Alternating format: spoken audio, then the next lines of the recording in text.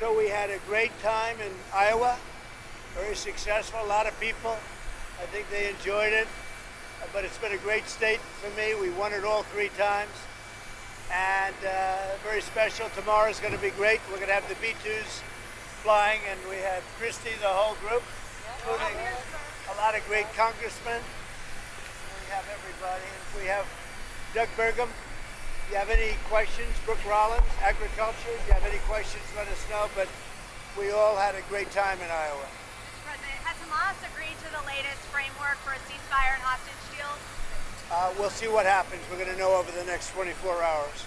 Mr. President, you had the best border numbers in the month of June in the country's history.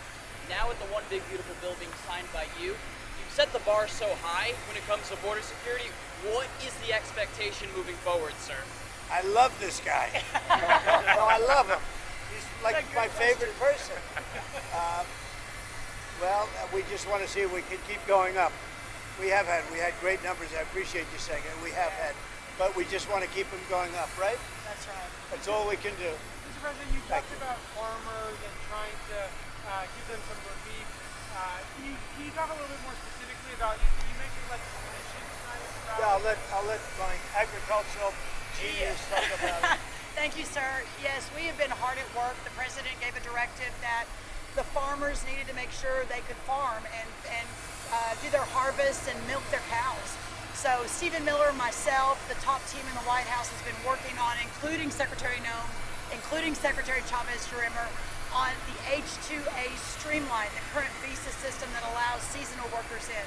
So we are hard at work. We've already made some changes. We're going to make it cheaper, more efficient, and more effective for those farmers. We will have a 100% legal workforce very, very soon, thanks to President Trump's leadership. Mr. President. Good answer, right? Mr. President. Yes. We're 10 days away from the anniversary of your assassination attempt.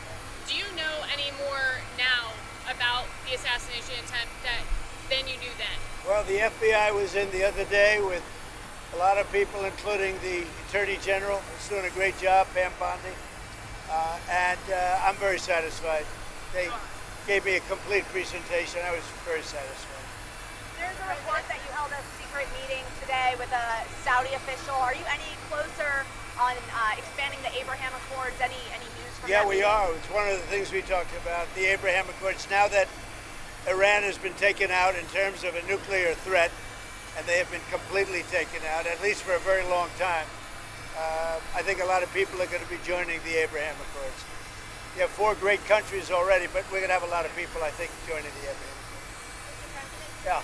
Some polls have shown the Big Beautiful Bill to not be very popular. I'm wondering, how confident are you in being able to sell it to the American people? Yeah, I think it's very popular. It does many things, but one of them is the biggest tax cuts in our country's history. And that alone makes it very popular. The only poll that was done was a Democrat poll, and they'll ask 2 of the little bit controversial things, but good things for the country. The tax cuts alone, so it's the largest tax cut in the history of our country, and that alone makes it very, very popular. Mr. President, can you talk a little bit about your expectations for the celebration next year? Obviously, a bit of a preview tonight. You talked about the Patriot Games. You highlighted a possible UFC title fight at the White House. Right. What are your expectations for the celebration next year, sir? Well, I think it's going to be a great celebration. It's going to be as big a celebration as we've ever had. And remember, we have the World Cup and we have the Olympics also. So we have that, plus we have 250.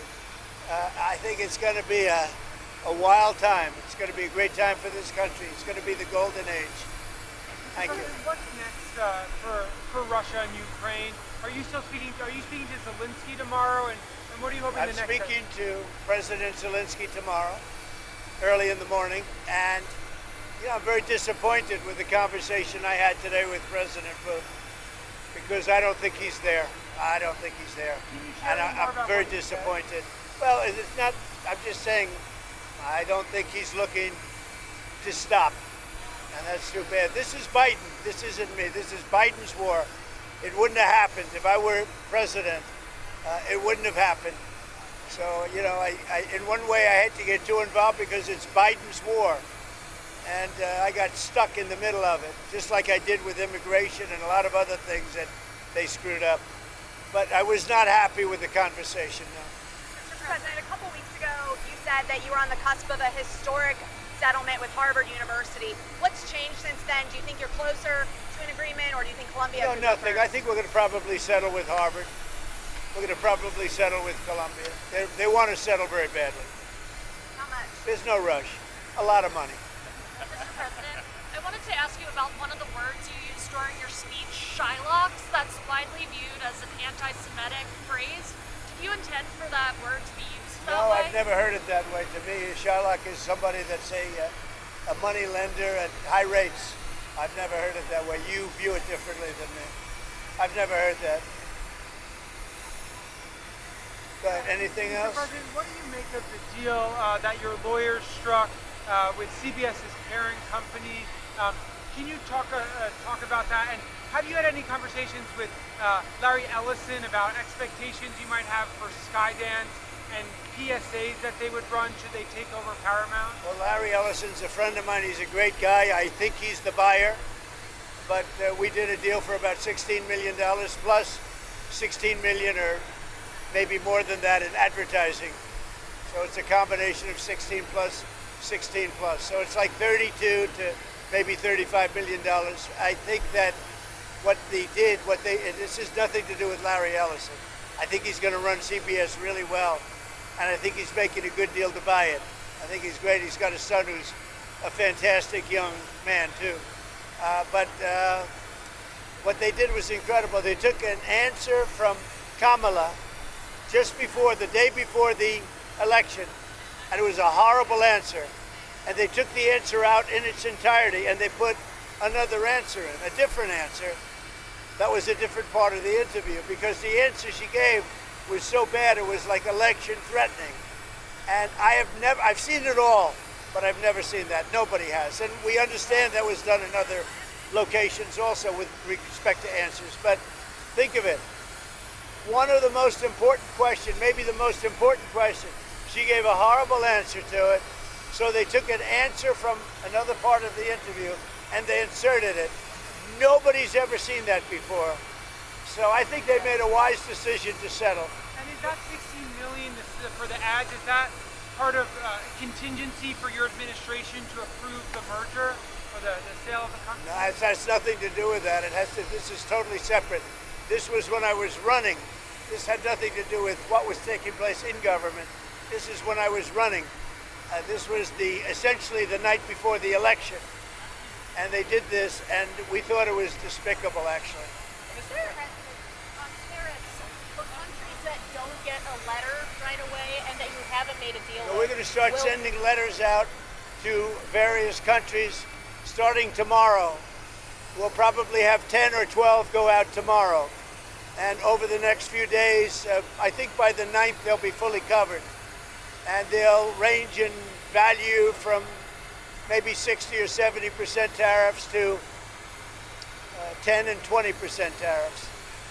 But they're going to be starting to go out sometime tomorrow. We've done the final form, and it's basically going to explain what the countries are going to be paying in tariffs.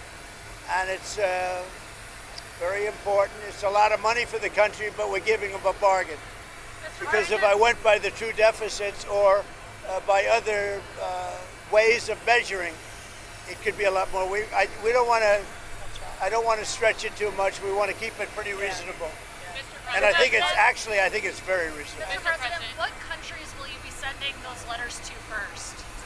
We're going to be sending to, well, you're going to see tomorrow. I'd rather give it tomorrow. But we have probably 10 to 12 tomorrow. And then after that, we'll be sending 10 or 12 a day. And as we get along, as we get to the smaller countries, we're pretty much going to keep the tariffs the same. Are there any countries that will have a little flexibility with that deadline? Not really. I mean, they'll start to pay on August 1st. The money will start to come into the United States on August 1st, okay, in pretty much all cases. Thank you very much, everybody. Thank you. Thank you, sir. Thank you very much. Thank you.